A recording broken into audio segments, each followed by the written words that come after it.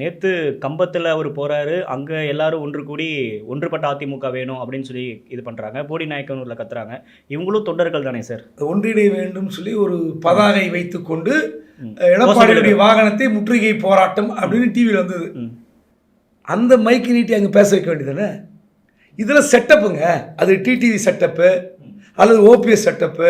இன்னும் ஒரு படி கூடுதலாக சொல்ல போனால் திமுக கூட செட்டப்பாக இருக்கலாம். திமுக இது என்ன சார் விவகாரம் இருக்க போகுது? இல்லைங்க, ஒரு கட்சி வந்து எப்படி கலகலக்க செய்ய வேண்டும் என்று ஆளுங்கட்சி தீர்மானிக்கும்ல. ஆளுங்கட்சியுடைய உளவுத்துறைக்கும் ஆளுங்கட்சியுடைய ஐடிக்கும் அதான வேலை. அதிமுக பலவீனப்பட்டால் திமுக கொண்டாட்டம். ஸோ அதை வந்து இந்த பதாகை கொண்டு வந்தவர்கள் எல்லோருமே அதிமுகவின் தொண்டர்கள் அப்படின்னு சொல்ல முடியுமா? பட் ஆனால் அங்கே ஒரு பிரதிபலிக்குது இல்லை, இது மாதிரி ஒன்றுபட்ட அதிமுக வேணும் அப்படின்னு கேட்குறாங்கல்ல. நான் மறுக்கவே இல்லை, நான் முதல்ல சொல்லிட்டேன். Correct. செங்கோட்டையினுடைய வார்த்தை உண்மையான வார்த்தை, சத்தியமான வார்த்தை.